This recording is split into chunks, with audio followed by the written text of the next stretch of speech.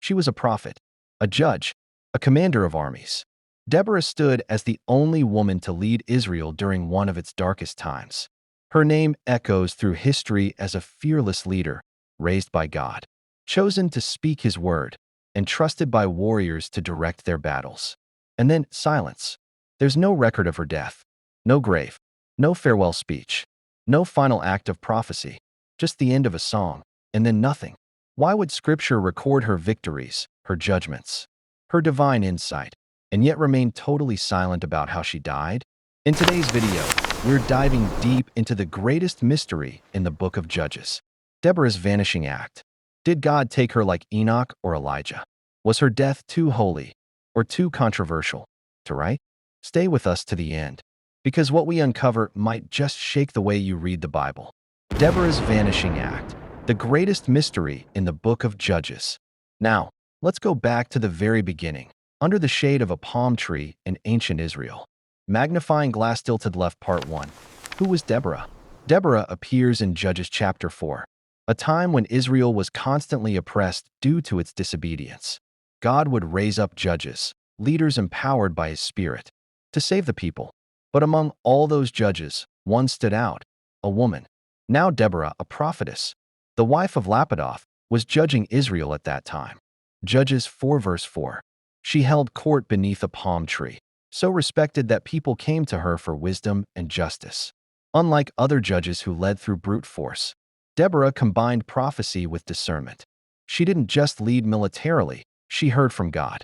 She was the only judge also described as a prophet. That means her words were not just advice, they were divine instruction. She judged with clarity. She spoke with authority. Where does the And scroll when come Israel from? needed a What deliverer, is this map? she didn't hesitate to rise. I, Deborah, arose, a mother in Israel. Judges 5 verse 7. But she wouldn't just lead from the safety of a tree. Deborah would soon go to war. Before we explore her mysterious disappearance, we need to understand her most defining moment, the war that made her a national legend. Please, do well to like and subscribe. God bless you. Let's proceed. Part 2. The Battle of Sisera. The Israelites were oppressed by Jabin, king of Canaan. His commander, Sisera, had 900 iron chariots, unbeatable war machines for the time. Deborah sent for Barak, Israel's military leader, and said, Has not the Lord, Has the not the God of Lord, Israel, the God of commanded Israel, you to commanded go you to and go defeat Sisera? and defeat Sisera? Judges 4 verse 6. Barak hesitated. He wouldn't go without her. Deborah agreed, but warned, the glory would go to a woman. The battle took place near Mount Tabor. As Sisera's forces advanced, Deborah gave the order, Up, for this is the day in which the Lord has delivered Sisera into your hand. Judges 4 verse 14. What happened next was nothing short of divine. A violent storm flooded the battlefield, bogging down the Canaanite chariots. The heavens fought from above. Sisera's army was thrown into chaos. Sisera fled on foot, and in one of the Bible's most shocking twists, he was killed, not by a soldier, but by Jael, a woman who drove a tent peg through his skull. The prophecy came true. Israel was delivered, and Deborah's name was forever etched into the pages of victory. Now, you'd expect a glorious end, but instead, something strange happens next. Musical Notes Part 3, The Song of Deborah. After the victory, Deborah and Barak didn't return to silence. They composed a song, a triumphant, prophetic poem recounting the battle and glorifying God. Judges 5 is one of the oldest literary pieces in the Bible. It doesn't just celebrate military victory, it tells of spiritual revival. When leaders lead in Israel, when the people willingly offer themselves, bless the Lord. Judges 5 verse 2. Deborah praises those who fought and calls out tribes that stayed home. She sings of Jael, calling her most blessed among women. But the heart of the song reveals something deeper. Village life ceased until I, Deborah, arose, a mother in Israel. Judges 5 verse 7. She saw herself not as a queen or warrior, but as a mother to a broken people. The song ends with a cry for righteousness. Let those who love him be like the sun when it comes out in full strength. Judges 5 verse 31. And then, that's it. No next chapter. No epilogue. No mention of what became of Deborah. A song ends. And with it, the story of one of Israel's greatest leaders. Why? Let's look at the silence that follows. Part 4. Then she disappears. Here's what's strange. With figures like Gideon, Samson, and even lesser-known judges, the Bible gives us closure, how they died, their failures, or their last battles. But with Deborah, nothing. After Judges 5, she disappears completely from the biblical record. No mention of her old age, her burial, her legacy, not even a brief footnote. We don't know how long she ruled. We don't know how she died. We don't even know where she was buried. It's as if her story was cut short on purpose. Could it be an oversight?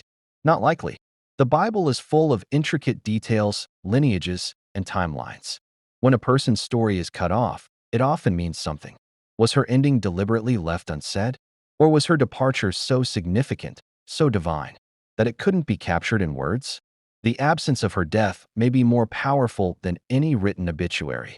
To understand the weight of this silence, we need to look at others in Scripture whose deaths were also unrecorded or supernatural. Scroll Part 5, Other Biblical Mysteries. Deborah's vanishing isn't unique, but it puts her in rare company.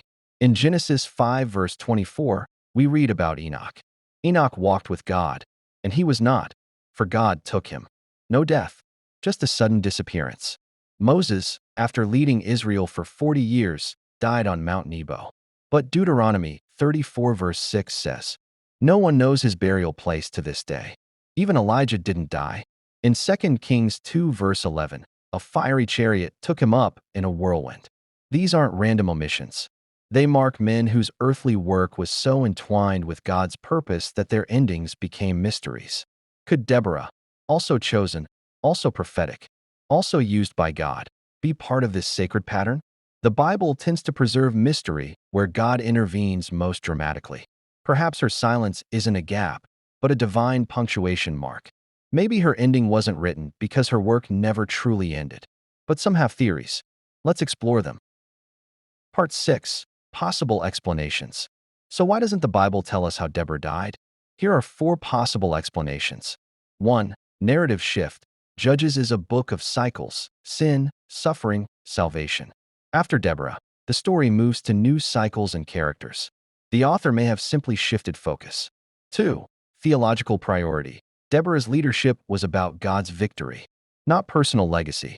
Her story ends with a song, not a tomb, because her role was spiritual, not political. 3. Lost oral tradition. Some believe ancient details of her life were passed down orally, but never canonized in Scripture. 4. Divine mystery. Her disappearance might mirror Enoch or Elijah. God took her, or chose not to record her end, to elevate her legacy beyond earthly recognition. One fact remains. Her story has no ending in Scripture, and that absence keeps us talking. Sometimes, the silence of the Bible is louder than its words. So what do we learn from her mysterious exit? Magnifying Glass Tilted Part 7. What we learn from her life. Deborah's story teaches us something rare. Legacy isn't built by how you end. It's built by how you lead. She didn't need a closing chapter to be remembered. Her impact wasn't measured in years lived, but in battles won, truths spoken, and a nation awakened. She led with courage when men hesitated. She judged with integrity when lawlessness ruled. She sang with joy when others stayed silent. And then, she stepped back, her mission complete. Today, women and men of faith can look to Deborah not just as a figure in ancient history, but as a timeless example. You don't need an earthly monument when God has etched your obedience into eternity. Maybe that's the point. Deborah's vanishing act reminds us that God's greatest servants don't always get an ending, because their legacy never really ends. So what happened to Deborah? We may never know, but her life is proof that obedience, courage, and faith write louder than death ever could. If this mystery stirred something in you, don't keep it to yourself. Backhand index pointing right, like this video. Backhand index pointing right, subscribe for more mysteries of the Bible revealed. Backhand index pointing right, and comment below.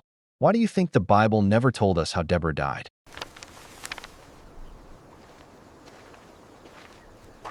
Where does the scroll come from? What is this map?